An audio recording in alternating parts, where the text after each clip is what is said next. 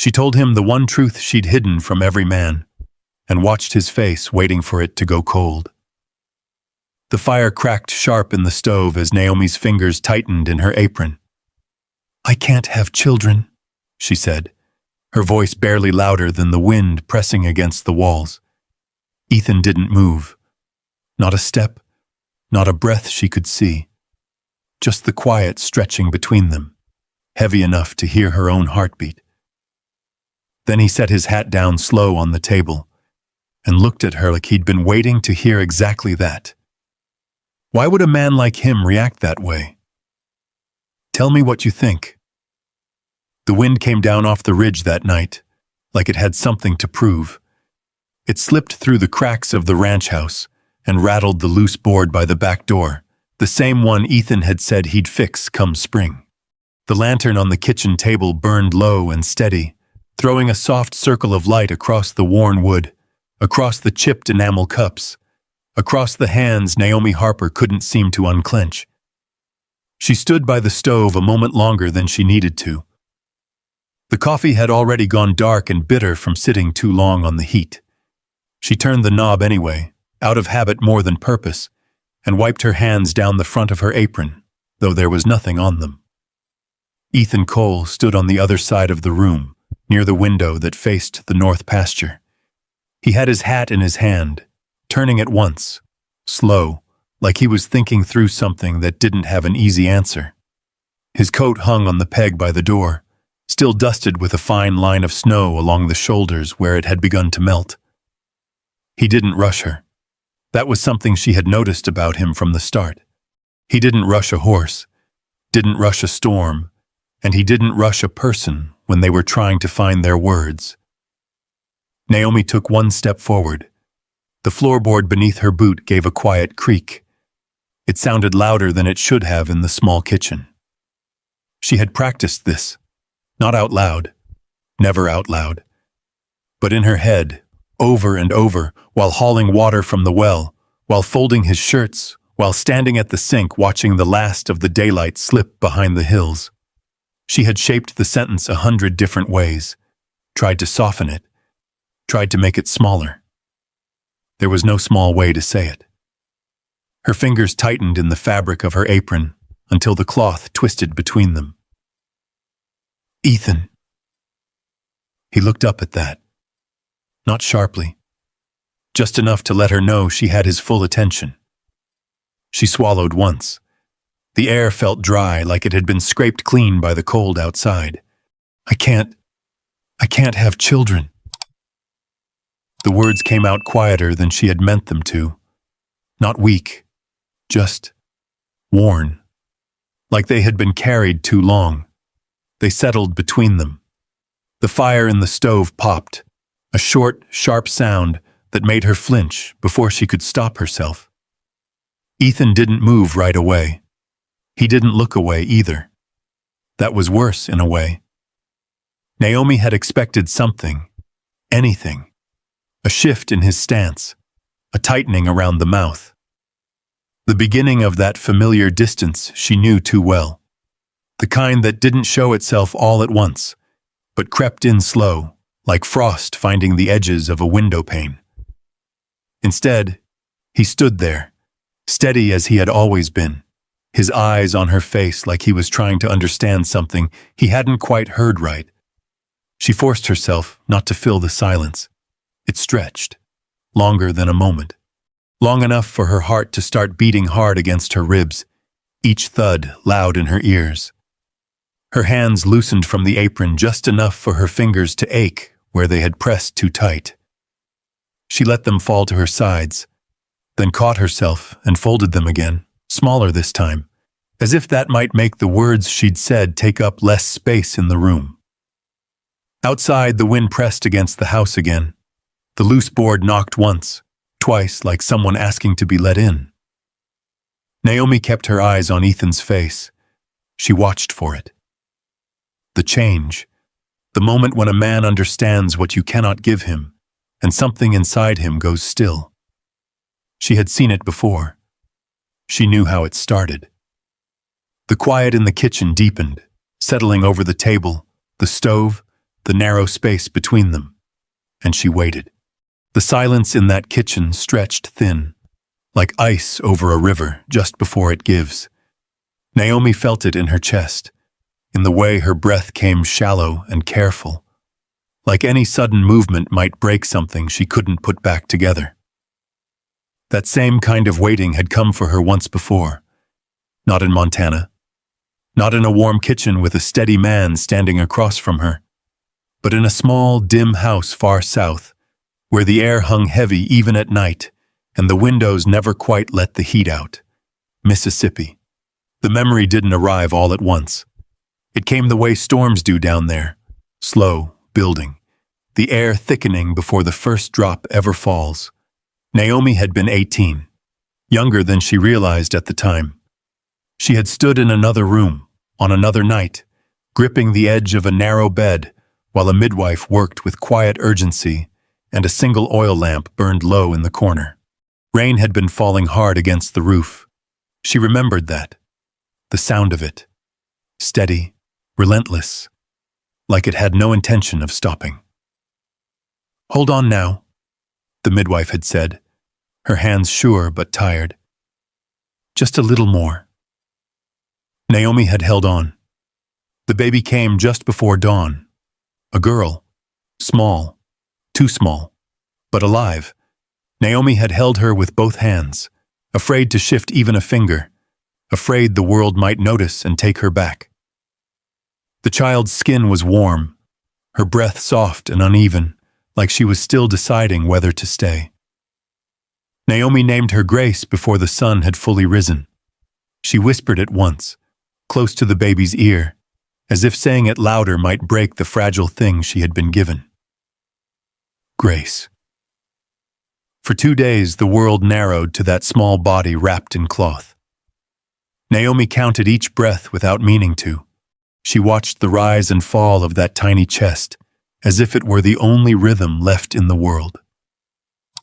On the second night, the rain came again. By morning, the room was quiet in a way Naomi had never heard before. The midwife didn't speak right away. She didn't need to. Naomi felt it in the stillness of the bundle in her arms. Grace had already gone. They buried her that afternoon, on a small patch of land behind the house. No marker, just a piece of flat stone Naomi set down herself, her hands steady in a way that surprised her. It should have ended there, but it didn't. Weeks later, when Naomi could stand without swaying and the house had fallen back into its usual rhythm, a doctor rode in from the county seat. An older man, quiet, with a leather bag that had seen too many rooms like hers. He examined her without rushing, asked a few questions, wrote something down on a folded paper. Then he sat at the edge of the chair and spoke plain. "I'm sorry," he said. "That birth, it did more damage than it should have. You won't be able to carry another child." He didn't lower his voice, didn't soften the words. Naomi nodded like she understood something that belonged to someone else. Across the room, Harold Briggs stood by the window, his back turned. He didn't say anything at first. Not while the doctor packed up his things. Not while the door closed behind him. It was later at the table that Naomi noticed the change. It wasn't sudden. It came in pieces. The way Harold stopped reaching for her hand without thinking. The way he began sitting at the far end of the table, even when there was no reason to. The way his eyes lingered on other men's children in town, just a moment too long. He never shouted, never broke anything. He just grew, distant, like something in him had turned away and never quite came back. Naomi learned to speak less, to move quietly through her own house, to take up less space as if that might make the absence between them easier to bear. By the time Harold fell ill years later, the space had become a kind of habit, something they both lived around without naming. When he was gone, Naomi packed what she had into a single bag, a dress, a pair of worn shoes, and the memory of a child who had lived 2 days. She left before the sun came up. The road out of Mississippi had been nothing more than packed dirt and wagon ruts, stretching forward without promise. Naomi had walked the first mile with her bag slung over one shoulder, the sky still gray, the world not yet awake enough to notice she was gone.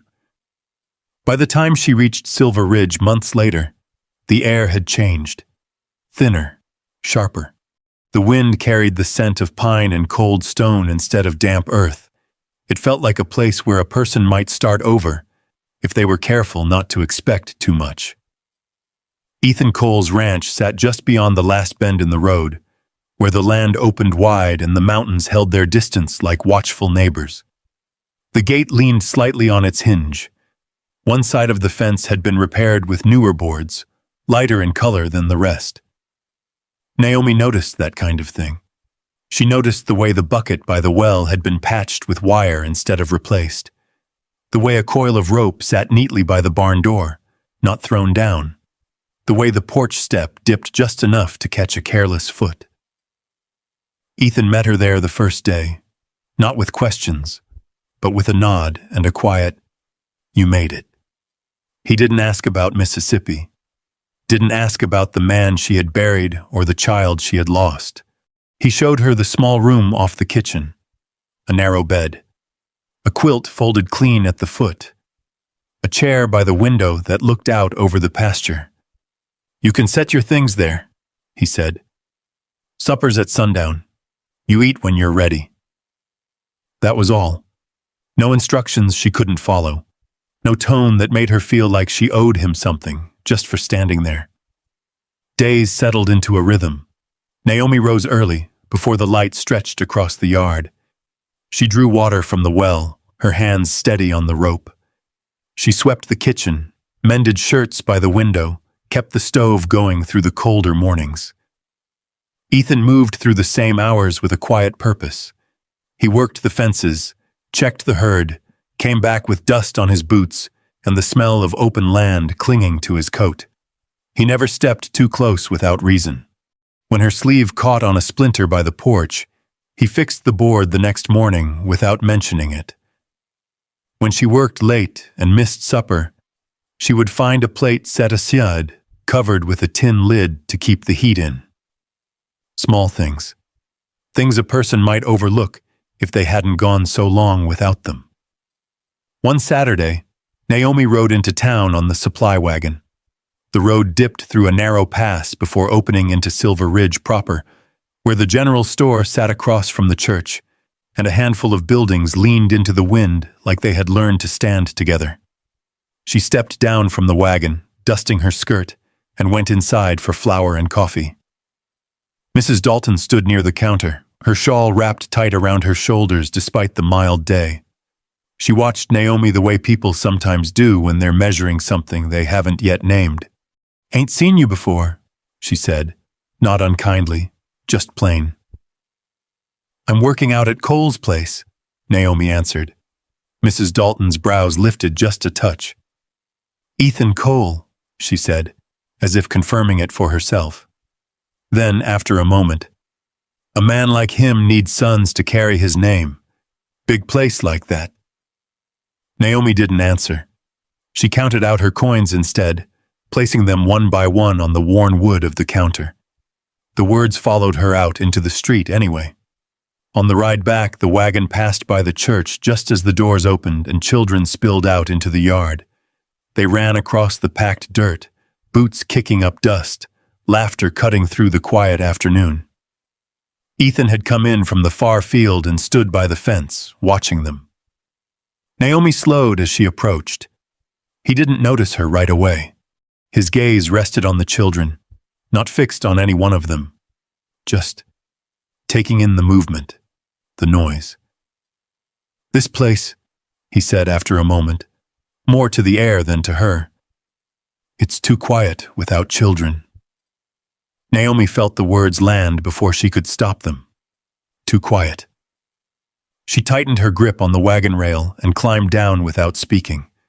Her boots hit the ground harder than she intended. Ethan turned then, catching the shift in her movement. "Road treat you all right?" he asked. "It was fine," she said. He nodded, taking the sack of flour from her hands without brushing her fingers. "I'll get this inside." She followed, her steps slower now. That night, they sat on the porch as the last light faded behind the hills.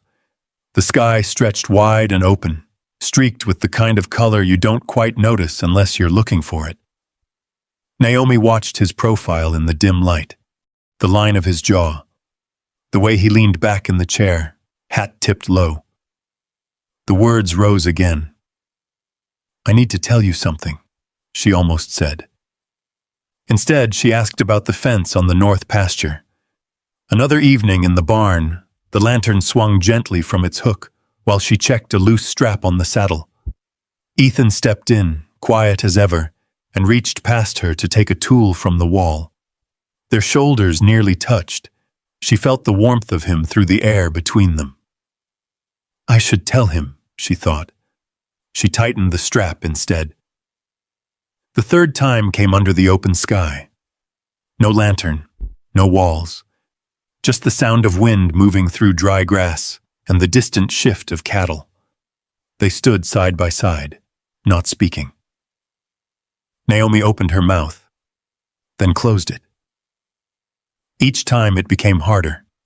Each time there was more to lose. And every day she waited. The silence inside her grew heavier, until it began to feel like something that might break on its own. It broke that night. The same night, the wind came down hard off the ridge and pressed against the house like it meant to come through. The same night, the lantern burned low on the kitchen table, and the coffee sat untouched on the stove. Naomi had carried the words long enough. Now they were out. "I can't have children." She had said more after that. She wasn't sure when. The words came in pieces, uneven, like something pulled up from too deep. About the baby, about the doctor, about the years that followed, about the way a man can look at you different when he learns what you cannot give him. She didn't remember all of it, only that she had said enough, and now there was nothing left to hold back. The kitchen had gone quiet again. Ethan hadn't moved. He stood where he had been, one hand resting against the back of the chair, his hat still in the other. His head had lowered just a fraction, not in anger, not in disappointment, but like he was listening to something that mattered enough not to interrupt. Naomi kept her eyes on him. She watched for it. That shift, that small turning away she knew better than she wanted to. The fire cracked again. A log settled deeper into the coals, sending a brief flare of light across the room.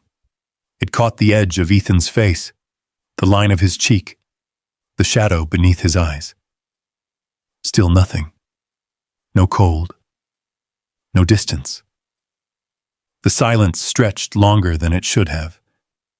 Long enough for Naomi's breath to catch, and then steady again, as if her body had decided it would not fall apart before she saw this through. Her hands had started to tremble. She tucked them into the folds of her apron again, trying to still them without drawing attention. Ethan looked up then. Not quick. Not startled. Just present. He set his hat down on the table, slow, like it was something that needed to be placed carefully. Then he stepped forward, one board at a time, the sound of his boots steady against the floor. Naomi didn't step back. She didn't trust herself to move. He stopped a pace in front of her, close enough that she could see the small scar along his jaw, the one she had noticed weeks ago and never asked about, close enough that she could see his eyes clear in the lantern light.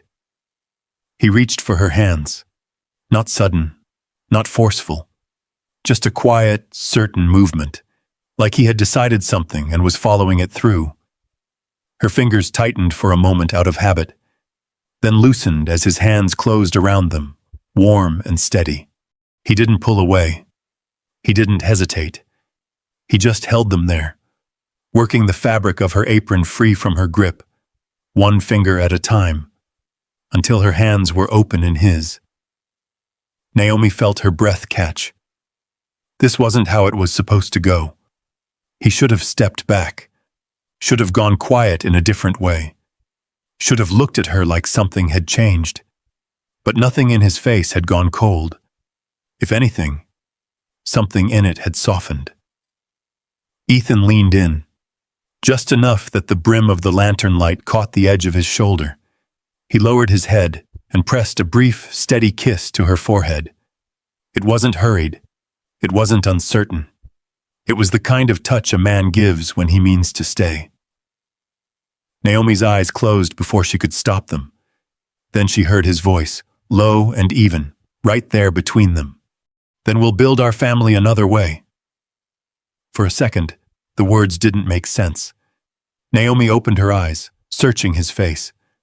What? She said, the word coming out thinner than she meant. Ethan, did you hear me? I heard you, he said. You don't understand. Her voice picked up, not loud but urgent. There won't be any, not later, not ever. The doctor, he was clear about it. I can't give you what you said you wanted, what you... He shook his head once, not sharp, just enough to stop her. Sit down, he said. There was something in his voice she hadn't heard before. Not harder, just settled. Naomi hesitated, then lowered herself into the chair behind her. The wood creaked softly under her weight. Ethan didn't sit right away.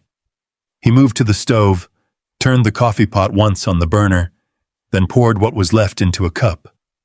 He set it in front of her, though she hadn't asked. Then he took the chair across from her. He rested his forearms on his knees, hands loose, eyes steady. I told you once I grew up in a county home, he said. Naomi nodded faintly. You said that. I didn't tell you the rest. The wind hit the side of the house again, a long, low sound that seemed to settle into the walls. There was a window, Ethan went on, front of the place, big enough you could see the road clear down to the bend. We took turns sitting there when folks came through looking to take a child. He paused, not looking away, just letting the words sit where they landed. I sat there a long time, he said. Watched wagons come, watched people step out, look around, pick who they came for. Naomi felt something shift in her chest, slow and uncertain. They didn't pick me, he said. Not once. The words were plain. No weight added to them. No bitterness. Just truth. I got older, he continued. Too old for most folks to bother with. By the time I left, I wasn't waiting anymore. I just remembered. Naomi didn't speak. She didn't trust her voice. Ethan leaned back slightly, the chair creaking under him. I made up my mind sitting at that window, he said. Didn't have much else to hold on to. Figured if I ever had a place of my own, something with a roof and land and enough to share, I wasn't going to fill it with what was easy. He looked at her then, really looked. I wasn't looking for my own blood, he said. Never was. Didn't mean much to me. Blood didn't do a thing for me growing up. Naomi's hands tightened slightly around the cup in front of her. It had gone lukewarm. I was looking to be the one who stops, he said quietly. The one who walks up that path and chooses the child still sitting by the window. The room felt different after that. Not louder, not brighter, just changed. Naomi sat very still, the weight she had carried for years shifting in a way she didn't know how to name. You're saying, she started, then stopped. I'm saying, Ethan replied, that what you think you can't give me isn't what I was waiting for. Her throat tightened. But the child I had, she said, the words coming slower now. She was real. She had a name. I can't just leave that behind like it didn't happen. Ethan nodded once. What was her name? He asked. Naomi looked down at her hands, then back up. Grace. He said it back to her, steady. Grace. The name settled into the room like it had always belonged there. She stays, he said. Same as anything else that matters. We don't leave her behind. Naomi felt her breath break then, just a little. Not from grief, not this time. From something that had been held too tight for too long, finally giving way. The wind outside softened, or maybe she just didn't hear it the same anymore. For the first time since she had spoken those 5 words, Naomi wasn't waiting for the cold. That didn't mean the fear was gone. It just didn't lead anymore. Morning came slow over Silver Ridge. A thin line of light stretched across the hills, touching the frost that had settled along the fence posts. Naomi stood at the stove, stirring coffee that didn't need stirring, listening to the quiet of the house. Ethan was already outside. She could hear the soft thud of his boots on the porch, then the creak of the gate as he stepped into the yard. Nothing in him had changed. That was the part she noticed first. He came in a while later, brushing the cold from his coat, setting his hat in the same place as always.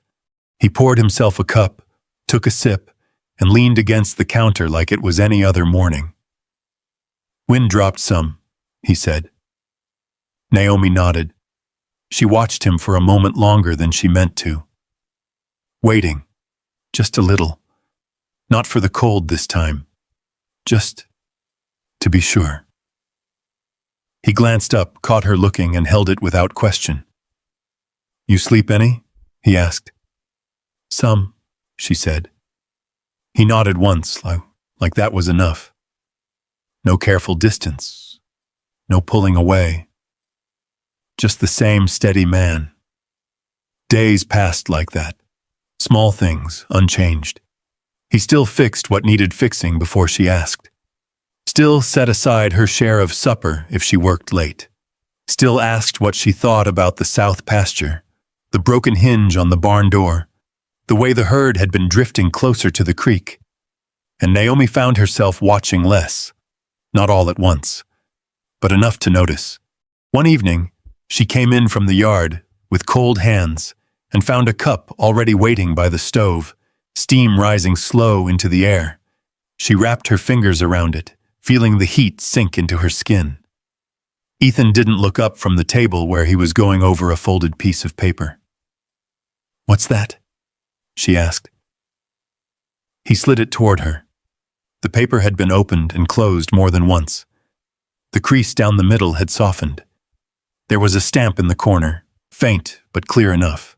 County Orphan Home, Kansas. Naomi didn't touch it right away. Came this morning, Ethan said. Ryder brought it with the supply run. She reached for it then, careful like it might tear. The handwriting inside was neat, practiced. A boy, 10 years old, quiet, keeps to himself, sits by the front window most days. Naomi read that line twice. Sits by the front window.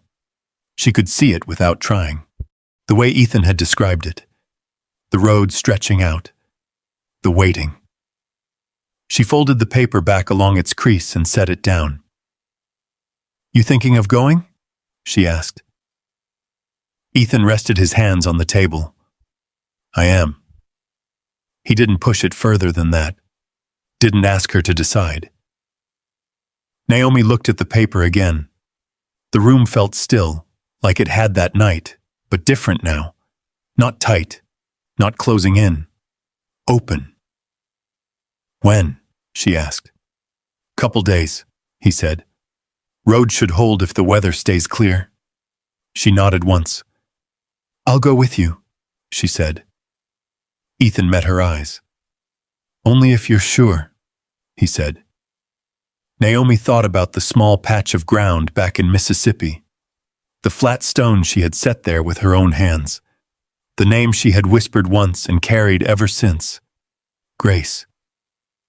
She thought about the letter, about a boy who had been sitting by a window longer than anyone should.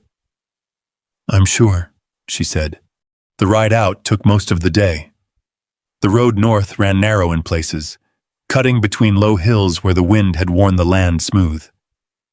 They stopped once to water the horses by a shallow creek, the ice along the edges cracking under the movement. Naomi kept her hands steady on the reins.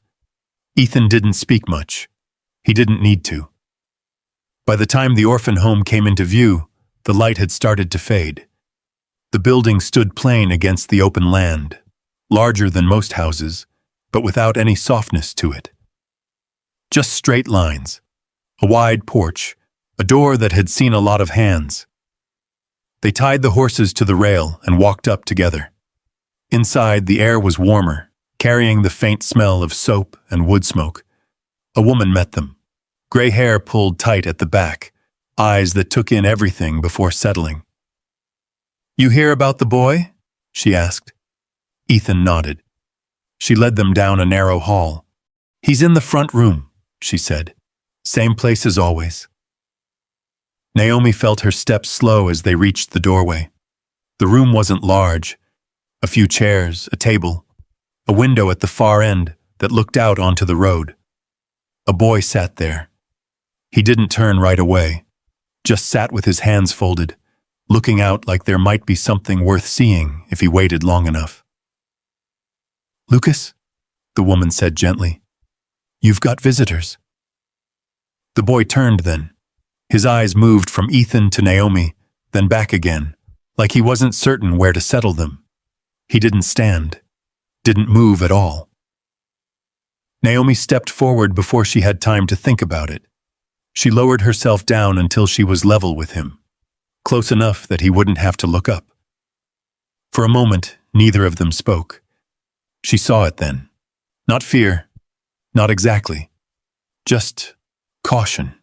The kind that comes from being disappointed too many times to rush toward anything new. Naomi didn't reach for him right away. She just sat there. Then, slowly, she held out her hand. Not asking, just offering. Lucas looked at it, then at her. The room stayed quiet. Behind her, Naomi could feel Ethan standing there, steady as ever. Not pushing, not stepping in. Just there. Lucas's fingers moved first. Just a little, then more, until his hand met hers. Light. Careful. Like he wasn't sure it would hold. Naomi closed her fingers around his. Gentle. Certain. Back at the ranch, the change came in small ways. A second pair of boots by the door. Muddy more often than not. A chair pulled closer to the table. A voice in the mornings that didn't quite know where it fit yet. Naomi set another cup out without thinking. One evening, she paused by the table before sitting down. Her hand rested briefly on the back of the extra chair. Just a moment. Then she took her seat. The house didn't feel too quiet anymore. Not the way it had. Later that night, she and Ethan sat on the porch. The sky stretched wide above them. Stars scattered clear across it. They didn't talk. They didn't need to. The wind moved softer now, slipping past the house instead of pressing against it. Naomi leaned back in her chair, listening to the quiet that wasn't empty anymore. She thought of the 5 words she had once believed would end everything. She let them go. Ethan tipped his chair back slightly, the wood settling under his weight. After a while, he said low and easy, "We'll need a bigger table." Naomi smiled. Not wide, just enough. "Do you want me to continue?" If you had been standing there on that porch, with the wind settling low across the hills and the sound of a child moving quietly inside that house, you might have felt it too. That shift you can't quite name. The moment when something you thought was missing turns out to have been waiting in a different shape all along. Naomi once believed love had conditions, that it could turn cold the moment you failed to meet them. Maybe you've believed something like that too. Maybe you've held back a truth, afraid it would be the one thing that cost you everything. But sometimes, The right person isn't looking for what you think they are. Sometimes, they're waiting for exactly what you carry. Not to fix it, not to erase it, but to make a place for it. That's what a real home does. It makes room for the quiet parts, for the broken pieces, for the names we still whisper when no one's around. And maybe that's the kind of love that lasts, the kind that doesn't ask you to be more or less, just to be known. If this story stayed with you, I'd like to hear where you're listening from tonight. And if you find yourself wanting more stories like this, ones that take their time, that sit with you a little while longer, there's a place for you here, in the next one waiting just down the road.